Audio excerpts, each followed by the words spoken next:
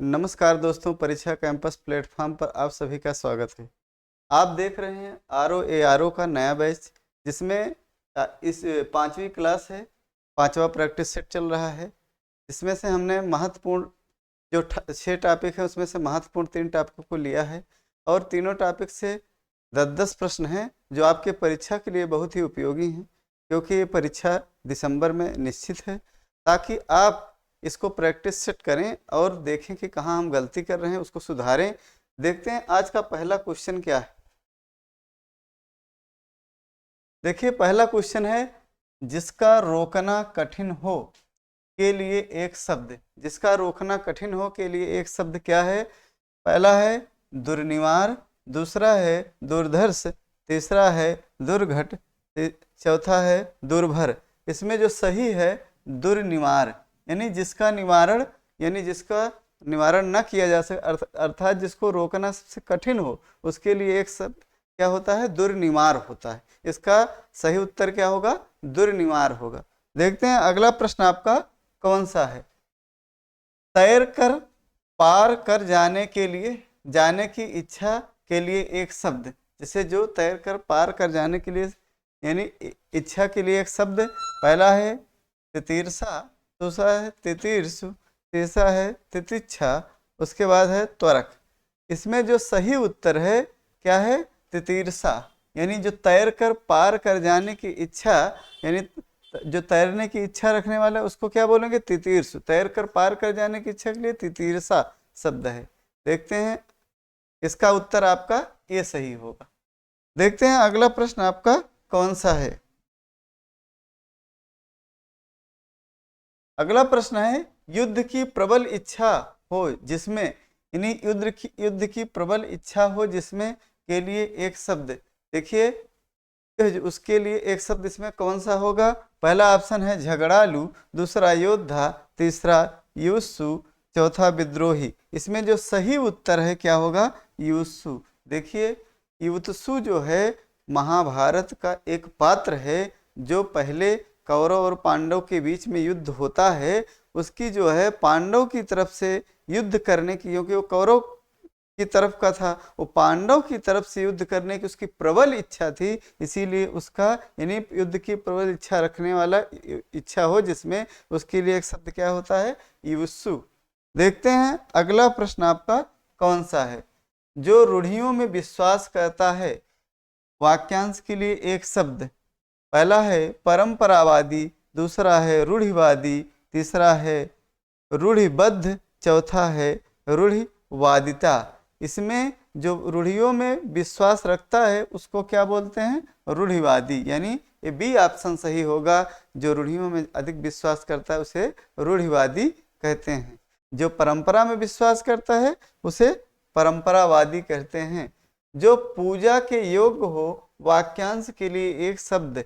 पहला है पूजयिता, दूसरा है पूजमान, तीसरा है पूजनी, चौथा है पूजित। इसमें सी उत्तर सही होगा। ये शुद्ध वर्तनी में भी आता है, क्योंकि यह पूजनी सही है। यानी जो पूजा के योग्य हो उसे हम क्या कहेंगे? पूजनी कहेंगे। देखते हैं अगला प्रश्न आपका कौन सा है। हाँ, यहाँ है जो देश से प्रेम करता हो के लिए एक शब्द। यानी जो देश से प्रेम करता हो के लिए एक शब्द। पहला है देशभक्त, दूसरा देश रक्षक, तीसरा देशवासी, चौथा है देश सेवा। इसको क्या कहेंगे? देशभक्त कहेंगे। यानी देश की रक्षा करने वाले के लिए एक शब्द क्या कहेंगे? देश रक्षक कहेंगे। और देश में निवास करने वाले के लिए एक शब्द क्या कहेंगे? देशवासी कहेंगे।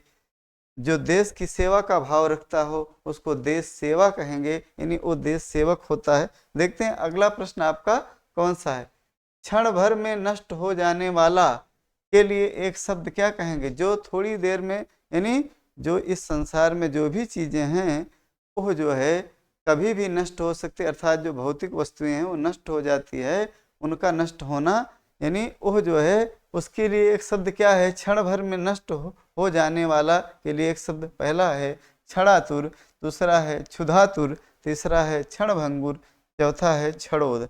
इसमें जो सही उत्तर है क्षणभंगुर होता है, जो थोड़ी देर में नष्ट हो जाए उसके लिए एक शब्द क्या होगा, क्षणभंगुर होता है। देखते हैं अगला प्रश्न आपका कौन सा है, जो शब्दों द्वारा व्यक्त किया ना जा सके, यानी यहाँ क्या नहीं होगा, जा सके के लिए एक शब्द, पहला है अव्यक्त, दूसरा है अकथनीय, तीसरा है अल्पज्ञ, चौथा है अकथ्य। इसमें सही उत्तर क्या होगा, अव्यक्त होगा, यानी जो कहा ना जा सके वो अकथनीय होता है। जिसके यानी जिसको थोड़ा भी ज्ञान ना हो, यानी थोड़ा ज्ञान हो, उसको क्या कहेंगे, यानी अल्पज्ञ कहेंगे। देखते हैं अगला प्रश्न आपका कौन सा है, किसी पर विजय पाने की इच्छा रखने वाला के लिए एक शब्द, जैसे किसी पर विजय पाने की इच्छा रखने वाले के लिए एक शब्द क्या होगा, इसमें आपको बताना है। पहला है अजय, दूसरा है जिज्ञासा, तीसरा है जिगीष, चौथा है जिघंस, जिघ अंश। देखिए ये जो सही उत्तर होगा जिगीष, क्या होगा, जिगीष। जिस पर किसी पर विजय पाने की इच्छा रखने वाले के लिए शब्द क्या होता है, जिगीष। और यानी जो कोई जानने की इच्छा रखता है उसे क्या बोलते हैं, जिज्ञासा। और उसके बाद अजय के लिए क्या कहा जाता है, इसको कमेंट बॉक्स में आप लोग बताइएगा। मध्य रात्रि का समय के लिए एक शब्द क्या होता है, आपको बताना है अनेक शब्दों के लिए एक शब्द में। पहला ऑप्शन है मार्तंड, दूसरा ऑप्शन है निशीथ, तीसरा है अपराह्न, चौथा है मध्याह्न। ये जो है इसमें सही उत्तर क्या होगा, निशीथ होता है। आधी रात के समय को क्या बोला जाता है, निशीथ कहा जाता है। क्या बोला जाता है, निशीथ। और मार्तंड किसकी पर्यायवाची, मार्तंड का अर्थ क्या होता है, इसको आपको कमेंट बॉक्स में लिखना है। दूसरा है यानी फिर आपका दोपहर के समय को क्या कहा जाता है, दोपहर के बाद को समय को क्या कहा जाता है। ये जो है दोनों इसमें से एक है, इसको आप कमेंट बॉक्स में बताइएगा। कृतज्ञ का विलोम। अब देखिए एक टॉपिक समाप्त हुआ, मैंने कहा यानी अनेक शब्दों के लिए एक शब्द से 10 प्रश्न थे। अब जो है दूसरा जो टॉपिक है वो विलोम है, विलोम से भी 10 प्रश्न रहेंगे। उसके बाद हम आगे तद्भव तत्सम विशेष विशेषण ये भी कराएंगे। पहले यहाँ देखते हैं कृतज्ञ का विलोम क्या होता है। पहला अकृतज्ञ, दूसरा संवेदनहीन, तीसरा कृतघ्न, चौथा जड़। इसमें जो सही उत्तर होगा कृतघ्न होता है, यानी कृतज्ञ का विलोम क्या, कृतज्ञ। यानी जो उपकार को मानता है उसको कृतज्ञ बोलते हैं, जो उपकार को नहीं मानता उसको क्या बोलेंगे, कृतघ्न बोलते हैं। देखते हैं अगला प्रश्न आपका कौन सा है। अनुरक्ति का विलोम है, अनुरक्ति पहला है विराग, तीसरा विरक्ति, दूसरा विरक्ति, तीसरा तिरोभाव, चौथा संसक्ति। इसमें जो सही उत्तर होगा क्या होगा, विरक्ति। यानी किसी के प्रति जो राग भाव प्रेम भाव रखता है उसको अनुरक्ति बोलते हैं। किसी के पास किसी के प्रति राग भाव नहीं रखता है उसको क्या बोलेंगे, विरक्ति बोलेंगे। जैसे साधु लोग होते हैं वो किसी से बहुत ज़्यादा मतलब नहीं रखते हैं। देखते हैं अगला प्रश्न। अवनत का विलोम है, पहला है अवनगत, दूसरा है उन्नत, तीसरा नट, चौथा नमत। इसमें जो सही होगा अवनत का विलोम क्या होता है, उन्नत। यानी उन्नत का मतलब विकास करना, अवनत का मतलब नीचे जाना, गर्त में जाना। देखते हैं अगला प्रश्न आपका कौन सा है। साधु का विलोम शब्द है, पहला है साधुनी, दूसरा सन्यासिनी, तीसरा साध्वी, चौथा असाधु। इसमें जो सही उत्तर होगा साधु का विलोम क्या होगा, असाधु होता है, साध्वी नहीं होता है। देखते हैं अगला प्रश्न आपका कौन सा है। निम्नलिखित में कौन सा विलोम युग्म त्रुटिपूर्ण है। इसमें ध्यान देना है कि कौन सा विलोम ऐसा है कि जो त्रुटिपूर्ण है, गलत है। अर्थात पहला क्षर, अक्षर, समास, व्यास, स्वल्पायु, स्वल्पायु, चिरायु, आहार, विहार। देखिए इसमें जो आपका सही उत्तर है यानी त्रुटिपूर्ण है आहार विहार। देखिए आहार विहार मिलते जुलते शब्द हैं, बाकी एक दूसरे के अपोजिट। क्षर का अक्षर होता है, समास का व्यास होता है, स्वल्पायु का चिरायु होता है। लेकिन ये चौथा ऑप्शन गलत है, यानी यही आपका उत्तर सही होगा। देखते हैं अगला, सामिस का विलोम है, पहला है निरामिष, दूसरा मानसिक, तीसरा मांसाहारी, चौथा शाकाहारी। जो सही उत्तर है इसका निरामिष होता है, यानी जो मांस को नहीं खाता उसके लिए क्या होता है, एक शब्द में निरामिष होता है, जो मांस को खाता है उसको सामिस बोलते हैं। देखते हैं अगला शब्द, यानी ईप्सित का विलोम है, पहला है अनीप्सित, दूसरा है अभीप्सित, चौथा है अधिप्सित, नहीं तीसरा है अधिप्सित, चौथा है कुत्सित। इसमें ईप्सित का विलोम क्या होगा, अनीप्सित होता है, उत्तर सही। ईप्सित का मतलब इच्छा रखने वाला। देखते हैं अगला, अलभ्य का विलोम शब्द है, पहला है सुगम, दूसरा सहज, तीसरा सरल, चौथा लभ्य। अलभ्य का विलोम क्या होता है, लभ्य होता है। सरल का क्या होगा, ये तो आसान ही होता है। सहज का क्या होगा आपको बताना है कमेंट बॉक्स में, और सुगम का क्या होगा इसको भी बताइएगा। इनमें से कौन सा शब्द शुक्ल का विलोम है, यानी शुक्ल पक्ष कृष्ण पक्ष होता है ना, ये जो है शुक्ल का विलोम कौन सा है, पहला है काला, दूसरा है कृष्ण, तीसरा असित, चौथा श्यामल।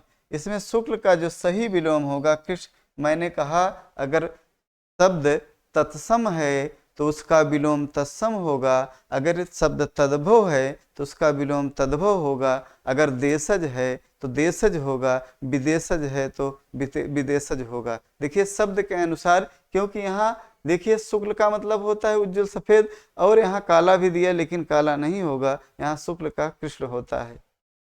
देखते हैं अगला प्रश्न, सजल का विलोम है, पहला जलहीन, दूसरा निर्जल, तीसरा जलाभाव, चौथा कुजल।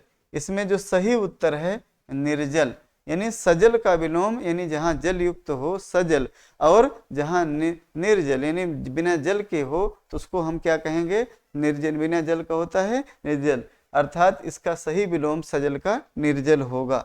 देखते हैं अगला प्रश्न, अब इसमें बताना है शिष्ट का पर्यायवाची नहीं है।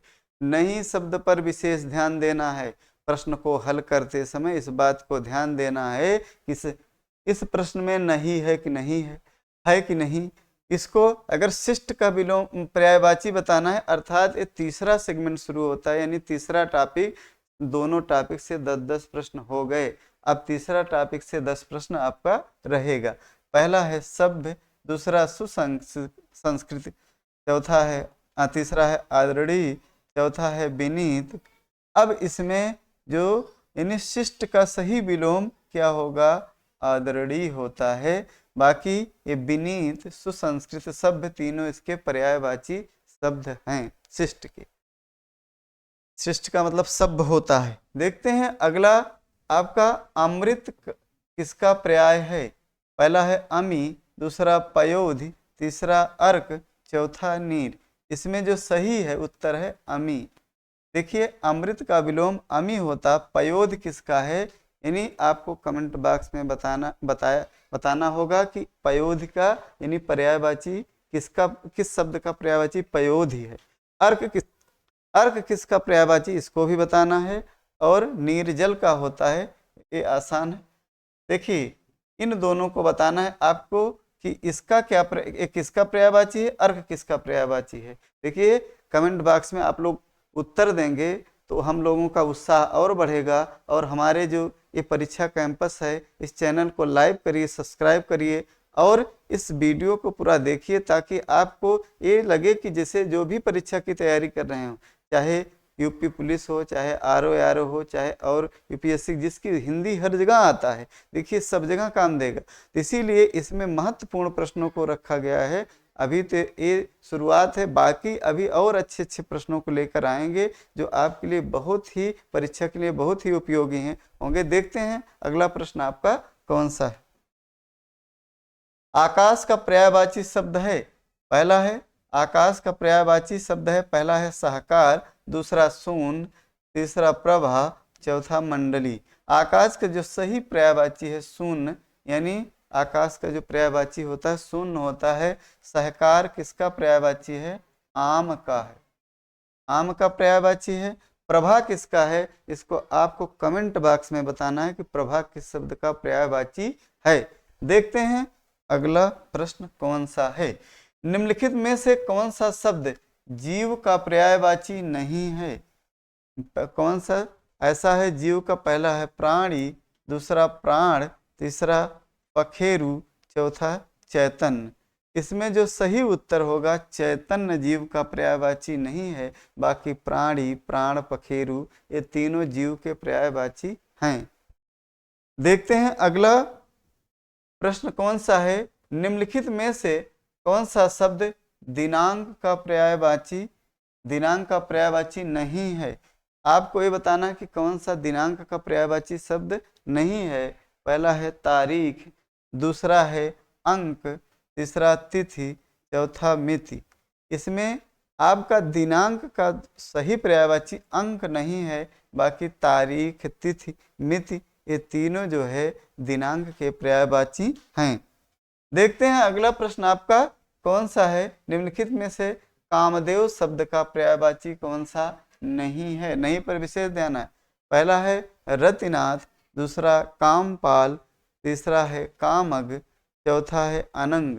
देखिए रतिनाथ यानी कामदेव का कौन सा पर्यायवाची नहीं इसमें है?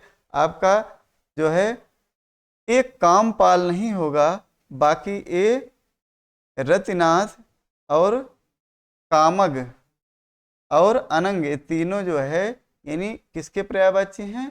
कामदेव के पर्यायवाची हैं। देखते हैं अगला प्रश्न आपका कौन सा है? बिजली का पर्यायवाची नहीं है।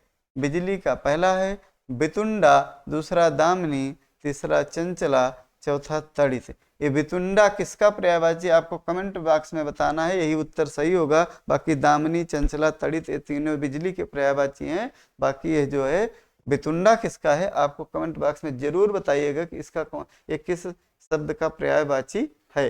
देखते हैं अगला प्रश्न आपका कौन सा है? दामिनी का पर्यायवाची कौन सा है?